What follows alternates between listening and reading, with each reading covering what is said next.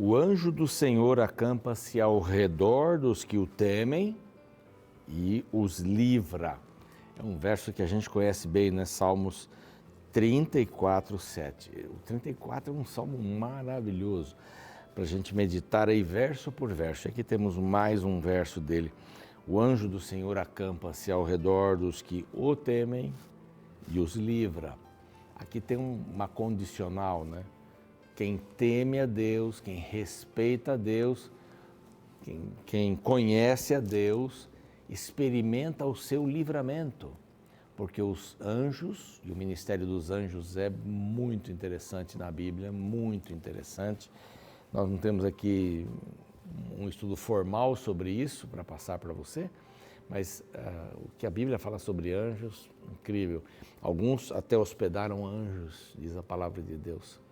Quando nós estivemos em África, na noite que fomos sequestrados pela guerrilha daquele país, a gente estava lá como missionários, né? Num colégio, num seminário.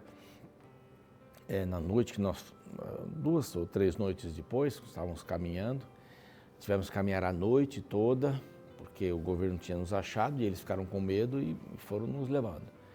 E finalmente passamos vários meses com eles.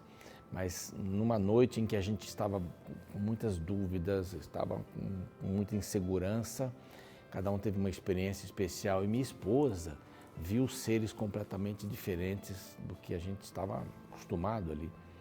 Não havia ninguém com peças brancas no corpo, eu estou com uma camisa branca hoje aqui, mas ela viu um grupo de pessoas com roupa branca de longe que a olhavam enquanto ela passava pelo caminho, fugindo, né, do governo, né? O governo estava atirando nos guerrilheiros. Ela veio aquele grupo e deu uma sensação assim de confiança em Deus. Os anjos do Senhor se acampam ao redor daqueles que o temem e os livra. E nós sentimos isso naquela noite quando ela compartilhou conosco esta experiência. Então, meu querido, minha querida, a palavra de Deus diz que você é protegido por Deus. Mas acontece alguma coisa ruim e tal, não importa. Aconteceria coisas muito piores se Deus não estivesse acompanhando você. Que a vontade do inimigo é destruir a nossa vida. Essa é a palavra de Deus. E este aqui é o programa Reavivados por Sua Palavra, da TV Novo Tempo. 6 da manhã estamos juntos aqui na telinha todos os dias. Não tem folga não. E é na sequência, um capítulo novo a cada dia. Nós queremos agradecer aos Anjos da Esperança que nos apoiam aqui. Tem um WhatsApp, se você quer mais informações. Como se tornar um anjo da esperança para ajudar a pregar o evangelho em português e espanhol para todo mundo.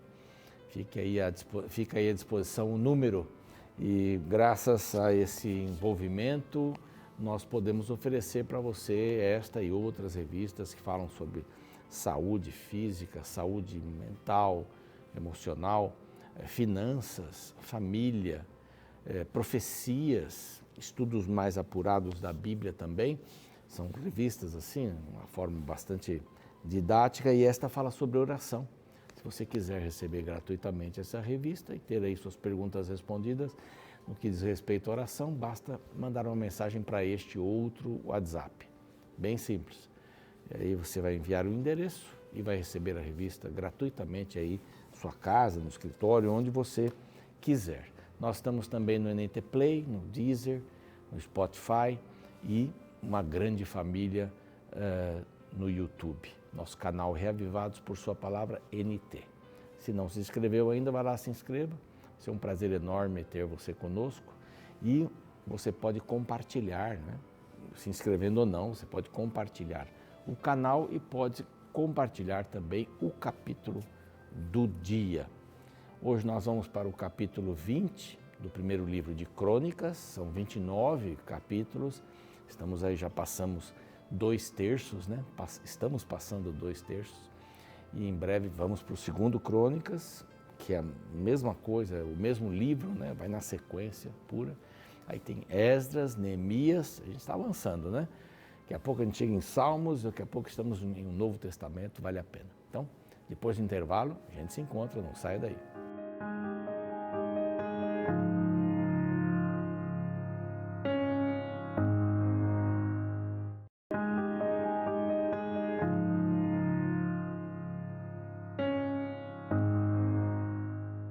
Muito bem, estamos de volta com o programa Reavivados por Sua Palavra, aqui da TV Novo Tempo, um capítulo por dia, nosso objetivo. E o capítulo de hoje é o 20 do primeiro livro das Crônicas.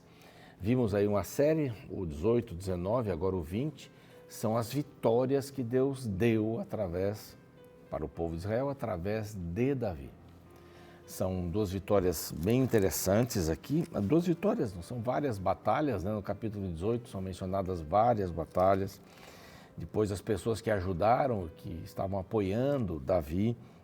O capítulo 19 apresenta um único povo, mais duas batalhas desnecessárias. Não precisavam acontecer. Um conselho péssimo. Naás, o rei amonita, havia morrido. Davi quis consolar, mandar aí com pessoas para consolarem o filho, o Hanum. Ele recebe conselhos dos seus amigos, eles estão aqui para olhar a terra e para dar um golpe, eles não estão aqui para confortar você. Ele então rapa a barba deles, corta metade da roupa, os deixa numa situação vergonhosa, eles voltam, então Davi prepara os seus exércitos. A primeira batalha contra os amonitas, que estavam juntamente com os sírios. O rei havia alugado vários carros, cavaleiros, etc. e tal, e o pequeno exército também de Maaca, rei Ciro, e eles acabaram perdendo a batalha. Fugiram. Na próxima situação, Davi vem com mais um grupo, pessoas ali que atravessam o Jordão para ajudá-lo, soldados, né, do povo de Israel, e finalmente eles são conquistados. Davi toma ali 40 mil homens a pé, 7 mil carros e tantas coisas mais, e eles se fizeram servos de Davi. Ficaram em paz e o serviam. Por aqui. Agora vamos para o capítulo 20. Porque essas histórias de vitórias nas guerras, o povo que estava indo lá de volta para Jerusalém, não entendia isso. O cronista ele quer deixar bem clara esta visão de Davi. Até o final do capítulo 29, o primeiro livro, nós vamos encontrar Davi ativo. Já no próximo livro, o segundo livro das Crônicas, entra então em ação Salomão. E aí uma boa parte do livro fala sobre Salomão e os reis que vieram depois dele, a divisão de Israel entre Judá e Israel, Reino do Sul e Norte. Mas aqui neste capítulo, nós encontramos uma coisa bem interessante. Volta a aparecer aqui os amonitas, que não deviam ter dado sossego mesmo, sendo vencidos, servindo Israel. Eles foram agora novamente foram o objeto da ação de Israel contra eles. Eu estava vendo aqui no mapa, né? Tem várias coisas interessantes aqui, mas era uma distância longa, Jerusalém para lá, para Rabá. Essa era a cidade onde houve essa batalha. Uma coisa bem pitoresca aqui. Essa é a batalha onde Joabe, comandante de Davi, leva o exército para lá, mas Davi não foi. Então o primeiro verso diz assim: decorrido um ano de que os amonitas lá, Hanum, né, e os outros foram vencidos. Passado um ano, estavam na primavera, em que os reis costumavam sair para a guerra, Joabe levou o exército para Rabá, para destruir a terra dos filhos de Amon. Sitiou Rabá, que era uma cidade muito importante, mas Davi ficou em Jerusalém. E Joabe feriu a Rabá e a destruiu. Então, assim, só antes de seguirmos, um detalhe interessante. Foi nesta batalha aqui, você pode ver isso lá no segundo livro de Samuel, capítulo 11. Foi nessa batalha aqui que Davi ficou. Eles iam mais na época da primavera porque não chovia, né? Então, a época que eles podiam, e tinha frutas, o exército podia comer frutas e tal. Era uma época própria para saírem à guerra. Davi não foi, ficou no palácio. E eu vou contar alguma coisa que não está aqui, mas está lá em 2 Samuel, 11. Davi viu uma mulher tomando banho. Ah, você lembra da história, né? Era Batseba, ou Betsabá, aí tem várias entonações, vamos chamar de Batseba. A viu, chamou-a, adulterou com ela, e ela era casada, né? Com Uzias. E aí despachou. De repente ela diz assim, estou grávida. Então, são meses, né? Batalhas são meses. Aqui diz que ele sitiou Rabá e a destruiu, mas são meses. Aqui é uma frase para esconder uma porção de histórias aqui. E ele pediu que Urias viesse para engravidar sua esposa, em termos, né? Para ele ficar bem na situação. E ele não fez isso.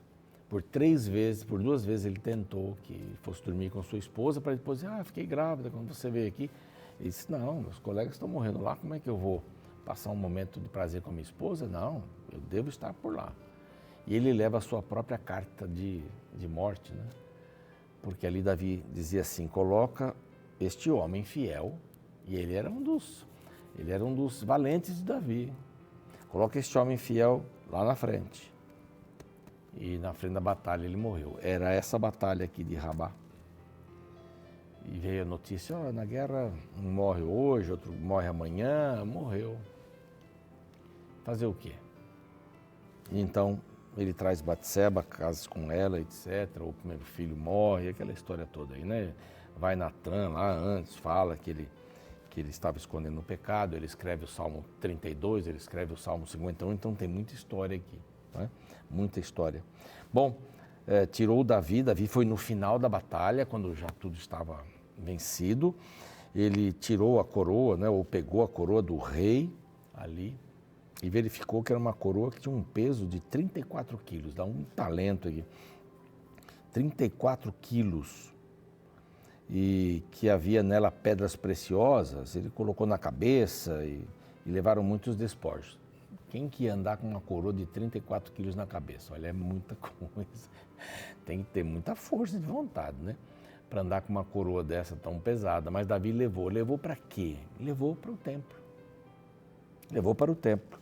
Se ele desfez ali a coroa, derreteu, não sei.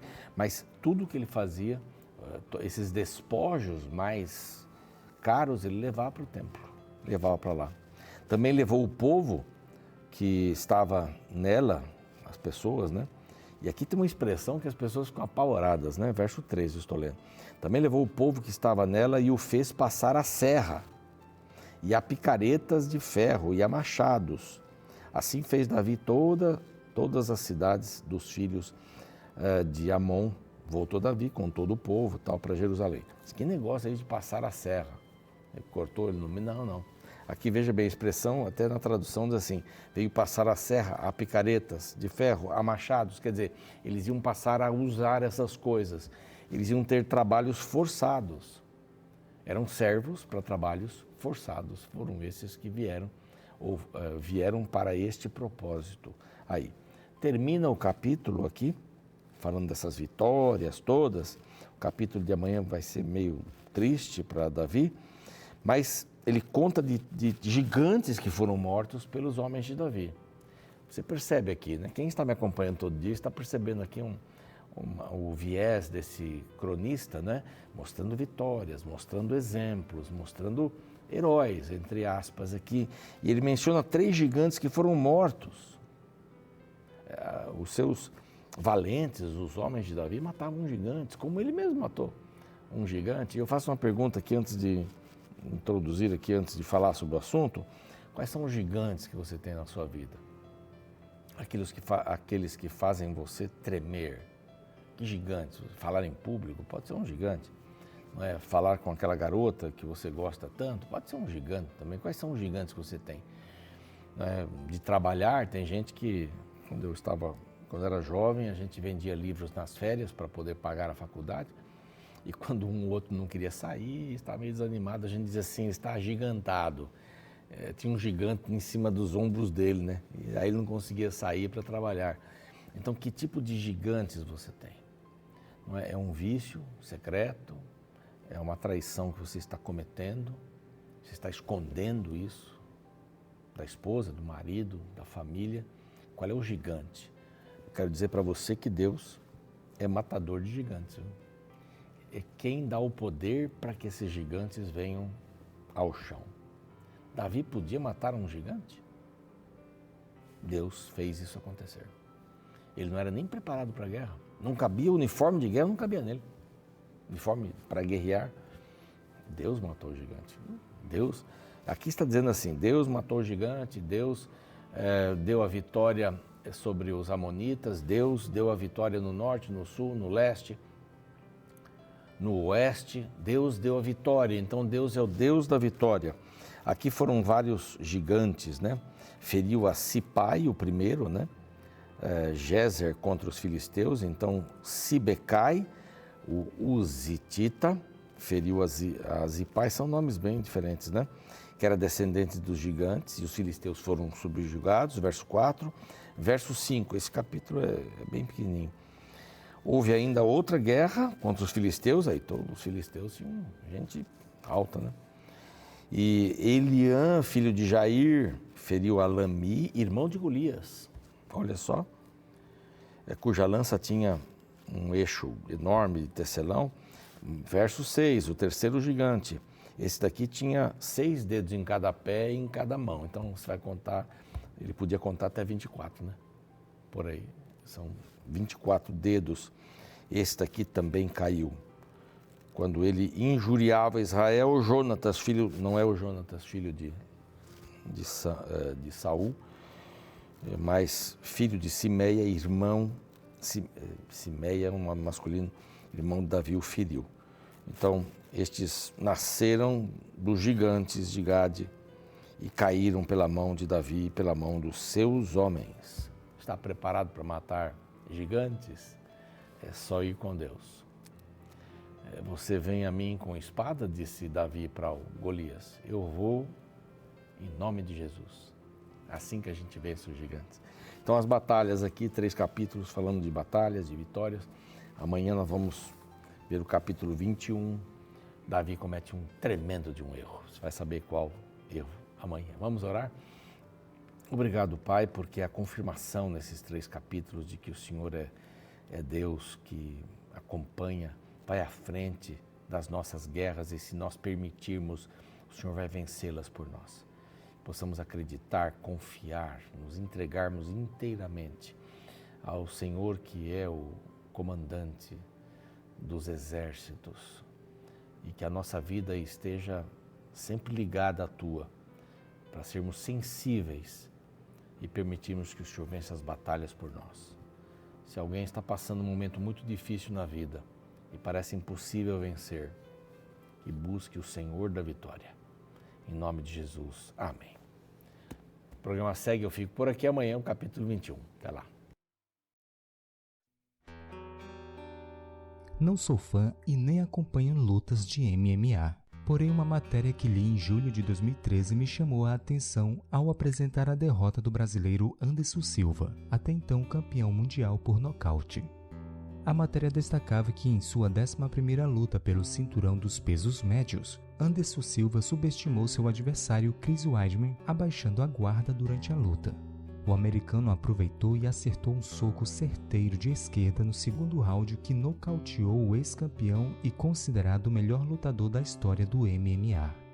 O grande erro de Anderson Silva foi abaixar a guarda por achar que por ter chegado no auge de sua carreira, ele não seria derrotado.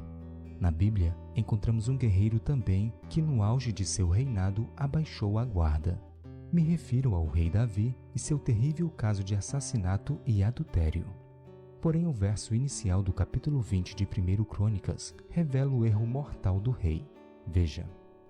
Decorrido um ano, no tempo em que os reis costumavam sair para a guerra, Joabe levou o exército, destruiu a terra dos filhos de Amon, veio e sitiou a Rabá.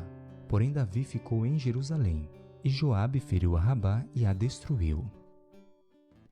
Foi neste período no qual os soldados estavam em guerra que Davi cometeu o adultério com Batseba e em seguida planejou o assassinato de seu esposo, o soldado Urias, o qual estava no campo de batalha.